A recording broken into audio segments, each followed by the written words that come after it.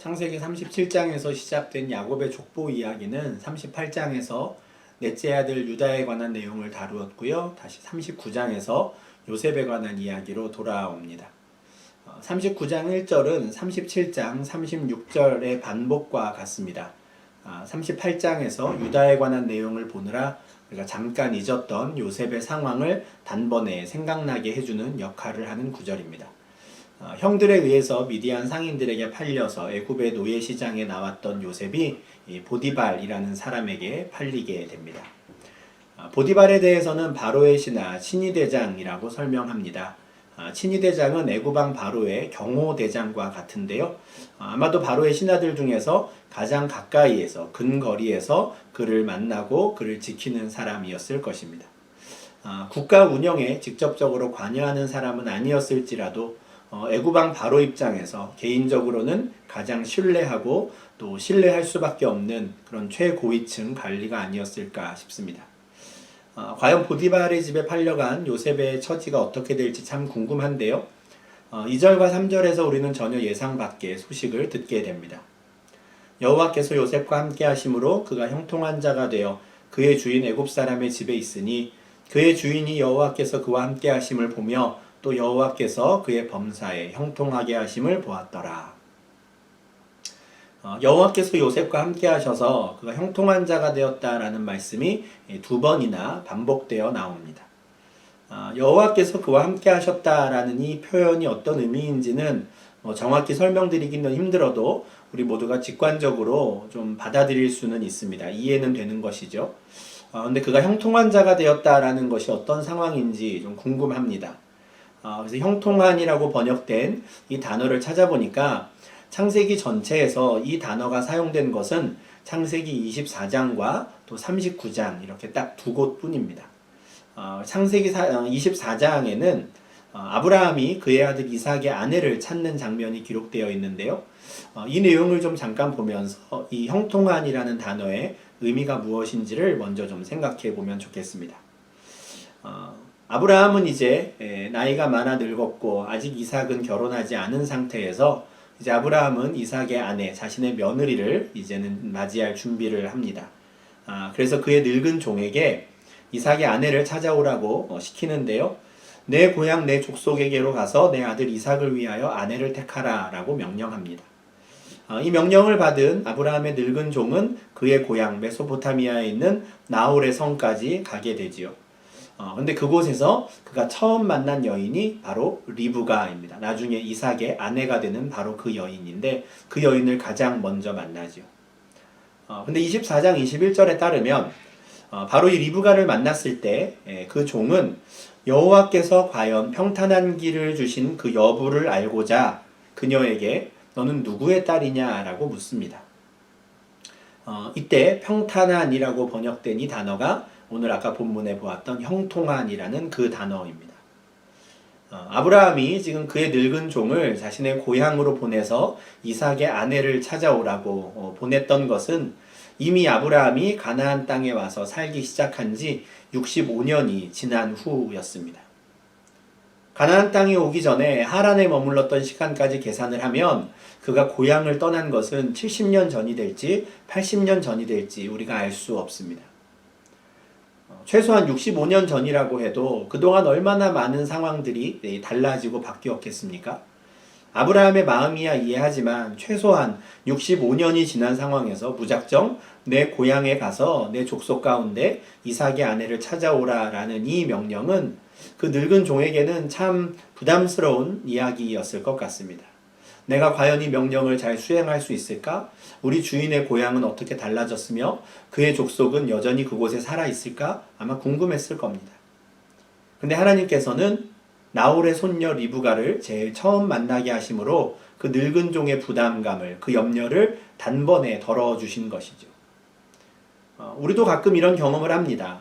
내가 꼭 해결해야 하는 일이 있는데 과연 그 일이 내가 생각한 대로 내 계획대로 잘 진행될 수 있을지 알 수가 없어서 참 부담스럽고 또 염려가 되는 일들이 있습니다.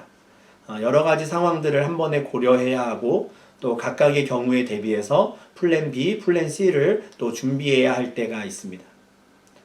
근데 막상 그 일이 시작되니까 마치 사전에 뭐 예행 연습이라도 한 것처럼 합을 다 맞춰 본 것처럼 모든 상황들이 착착 진행되고 들어맞아서 일사천리로 모든 일이 끝나버리는 경우들이 있습니다.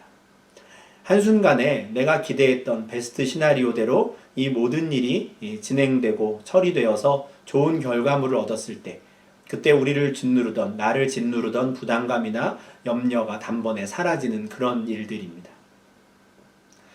창세기 24장 21절에서는 바로 이것을 평탄한 길, 형통한 길이라고 설명합니다. 이 단어가 이후에도 24장에서만 3번 더 언급이 되는데요. 모두 이삭의 아내 리브가를 만나게 하신 하나님의 그 인도하심을 설명할 때 이 늙은 종이 이 단어를 계속해서 사용합니다. 그리고 이 단어가 다시 39장에서 지금 보디발의 집에 팔려간 요셉의 상황을 설명할 때 다시 등장하는 것이죠. 39장으로 다시 돌아오겠습니다. 요셉은 원래 채색 옷을 입고 살던 사람이었습니다. 형들이 아버지의 양을 칠 때에도 그는 그 양을 치는 사람이 아니라 오히려 형들을 관리 감독하던 역할을 했습니다. 그런데 그는 한순간에 보디발의 집에 노예로 팔려왔지요.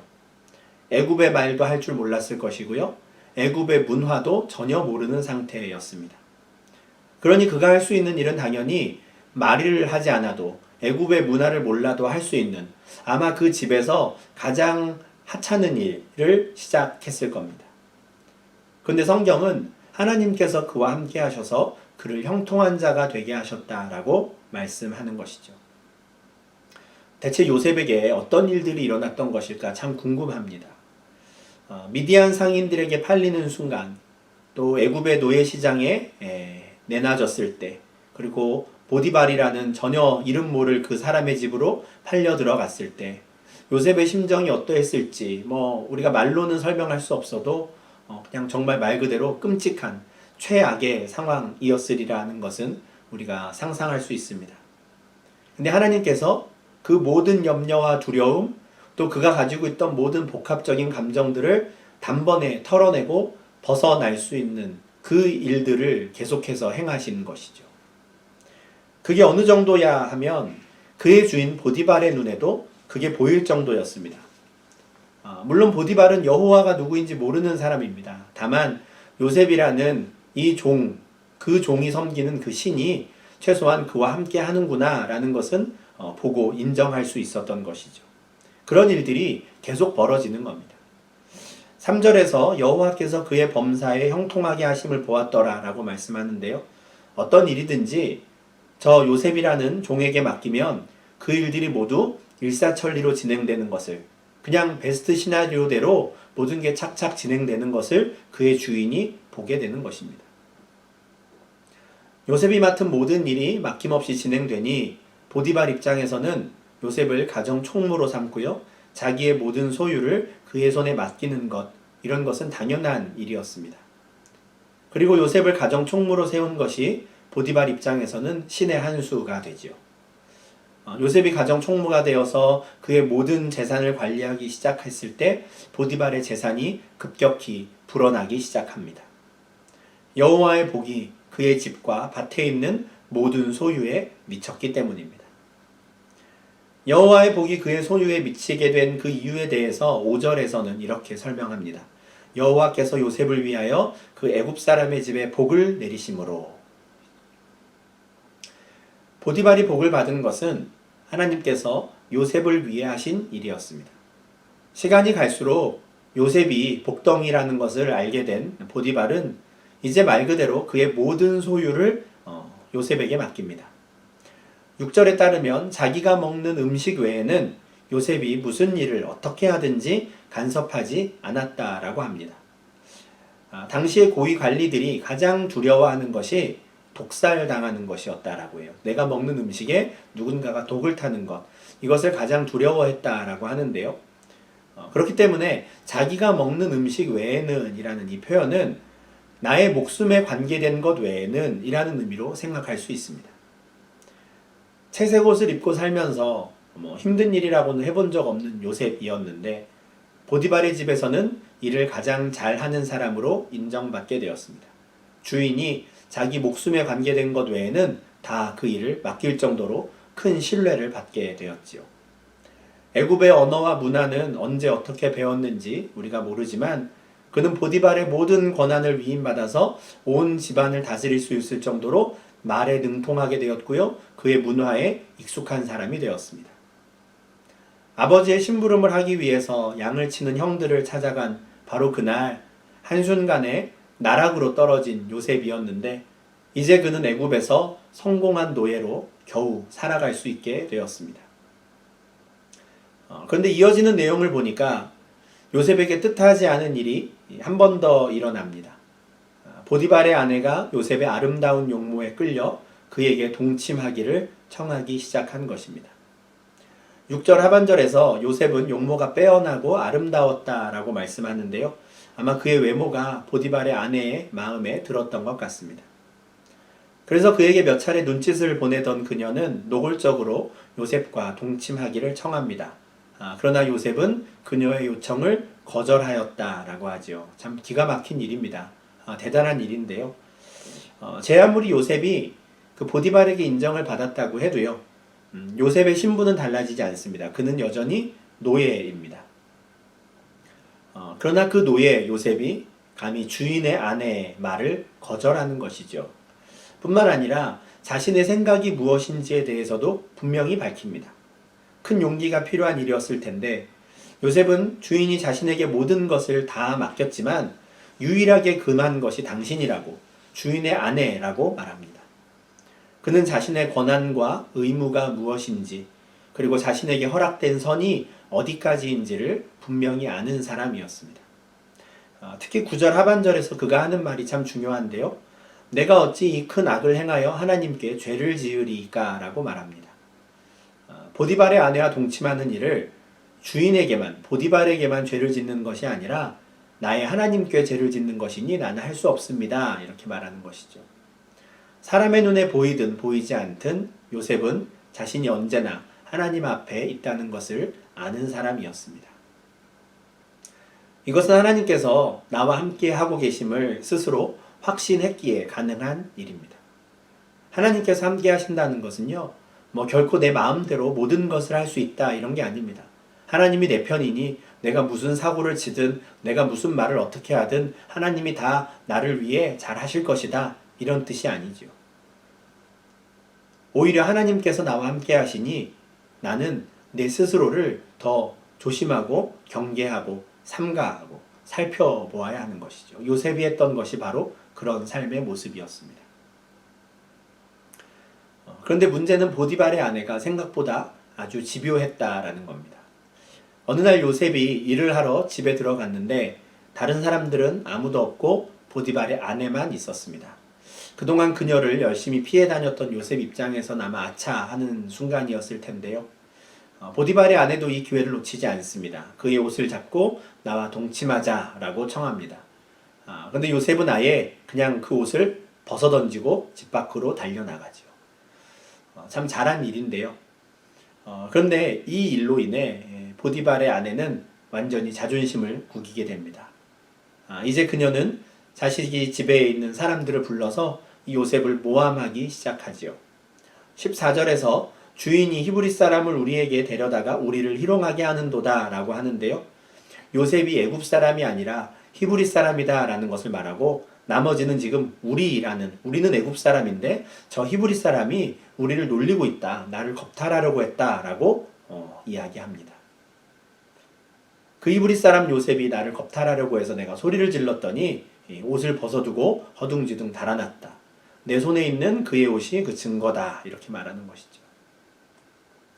17절에서도 그녀는 남편 보디발에게 당신이 데려온 히브리 종이 나를 희롱하려 했다라고 말합니다. 아내의 말을 들은 보디발은 당연히 심히 분노하지요. 당연한 일입니다.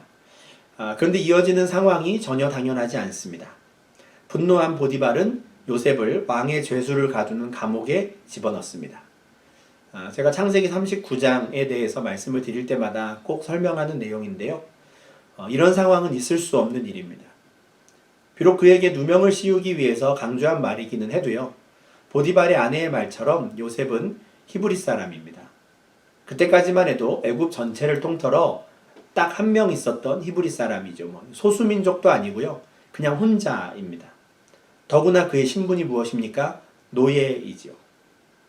근데 주인의 아내의 말에 따르면 그 히브리 노예가 그 나를, 주인의 아내를 겁탈하려고 했다라는 겁니다.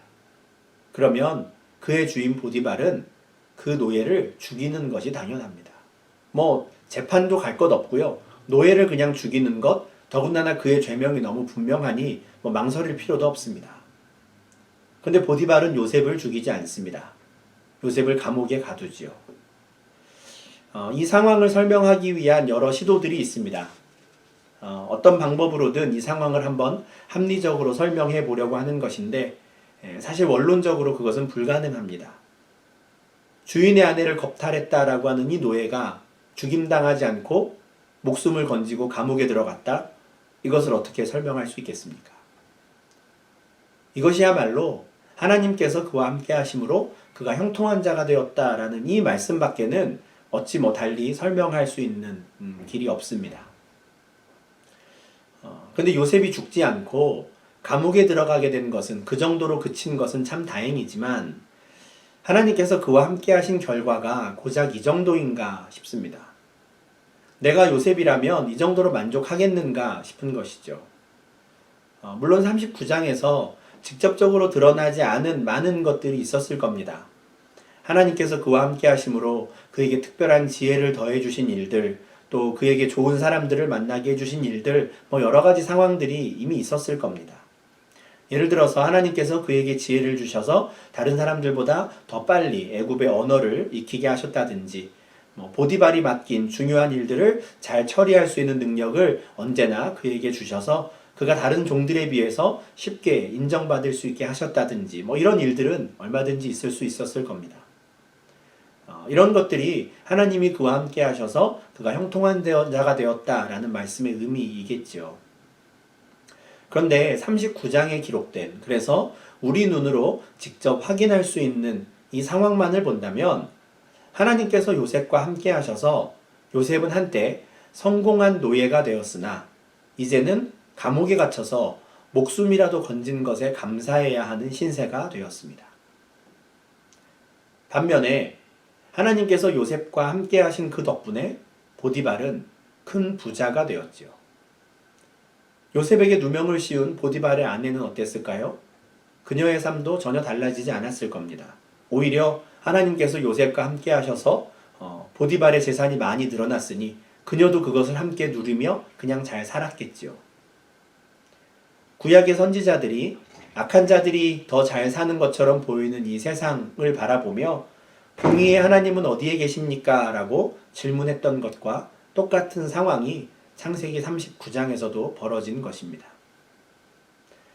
우리가 이미 요셉 이야기의 결론을 알고 있고 감옥에 들어간 요셉에게 어떤 일들이 일어날 것인지도 이미 알고 있으니 역시 하나님의 지혜는 놀라워 감옥에 들어간 요셉이 조금만 힘을 내면 그도 좋은 세상을 맞이할 거야.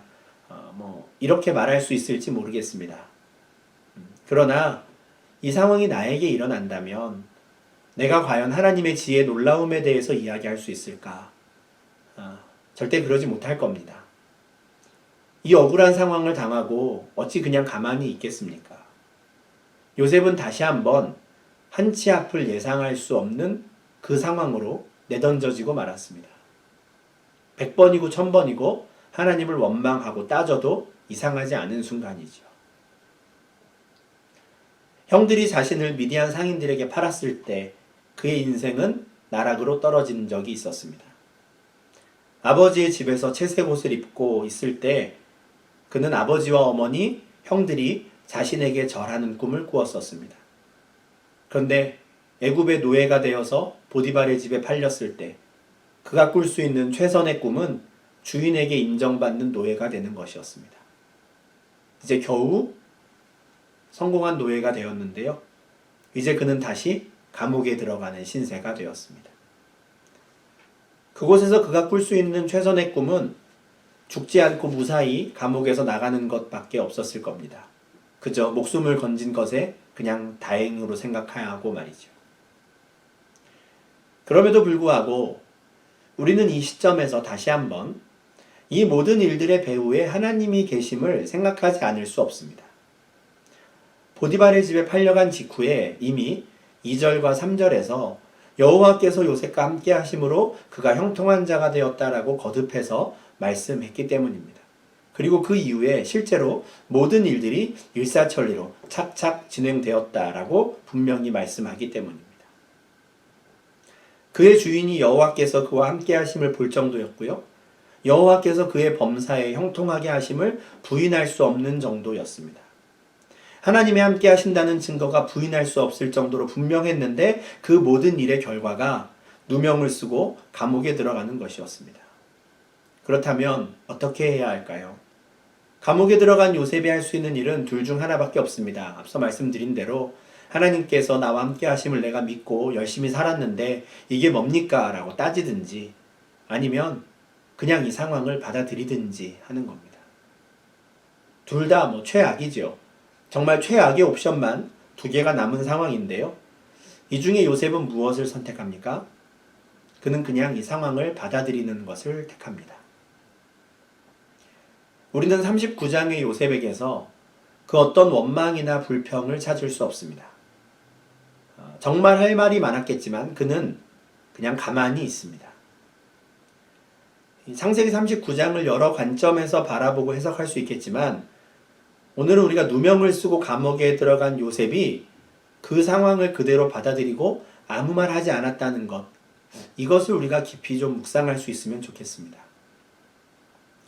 지난 주일 설교에서 너희는 가만히 있어 내가 하나님됨을 알지어다 라는 이 시편 46편 10절의 말씀이 홍해 앞에 선 모세가 이스라엘 백성들에게 외쳤던 말과 같은 것이라는 설명을 드린 바 있습니다. 홍해 앞에 선 모세나 감옥에 갇힌 요셉이나 그 두 사람의 상황이 같았습니다. 구름 기둥과 불 기둥을 열심히 쫓아서 하나님이 인도하시는 대로 따라갔더니 모세의 앞에 홍해가 놓여졌습니다.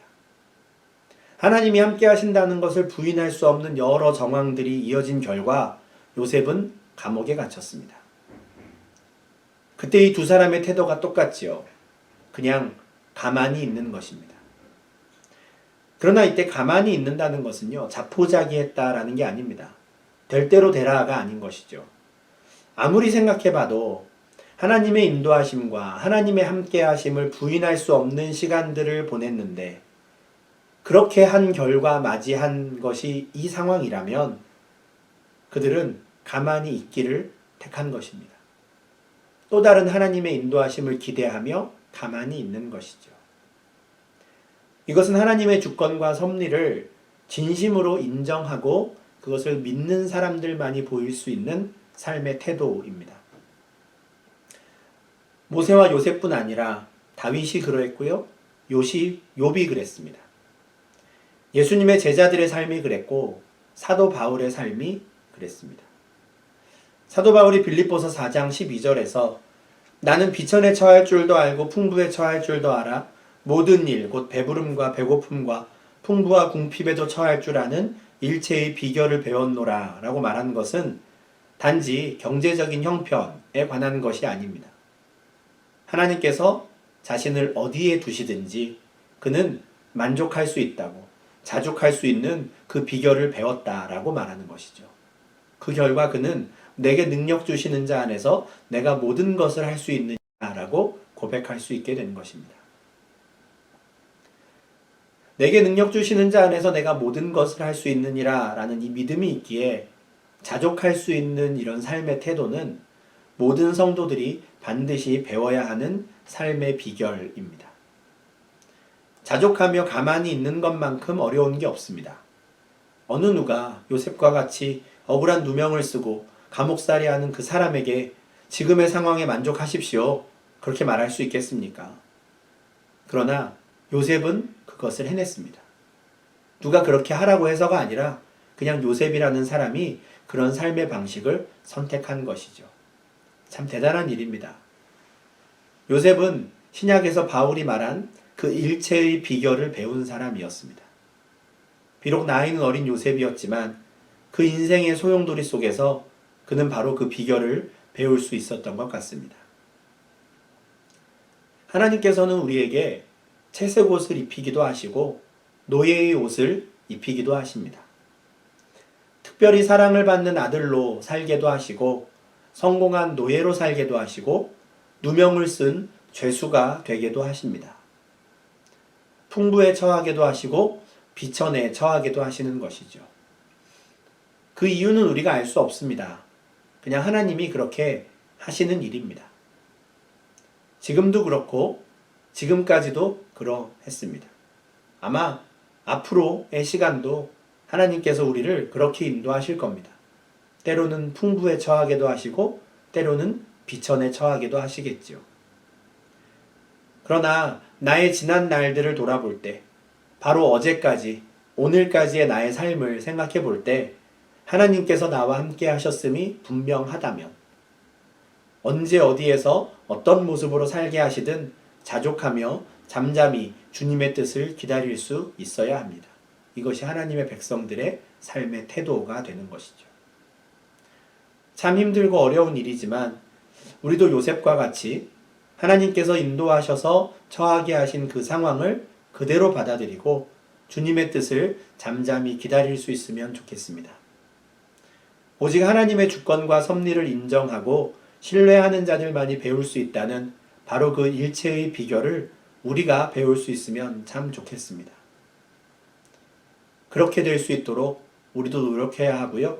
또 하나님께서 그 비결을 우리에게 알려주시기를 또 기도해야 할 것입니다. 그래서 우리의 꿈과 우리의 계획이 아닌 우리를 향한 하나님의 뜻과 계획이 오늘 이 순간 우리가 처한 이 상황에서 온전히 이루어지는 우리의 삶이 될 수 있기를 주님의 이름으로 축원하며 또한 소망합니다. 하나님께서 구름기둥과 불기둥으로 인도하신 것이 분명하다면 오늘 하루도 하나님께서 우리와 함께 하신 것이 분명하다면 우리의 뜻과 우리의 계획을 입 밖에 내며 하나님을 원망하기보다는 우리가 잠잠히 또 주님의 뜻을 기다리며 또 기대하며 기도하는 저와 여러분이 될 수 있기를 간절히 소망합니다. 기도하겠습니다. 사랑과 은혜가 풍성하신 하나님 아버지, 지금까지 우리의 삶 가운데 동행하여 주시고 함께하여 주시어서 우리를 형통한 자 되게 하시니 주님 참 감사합니다.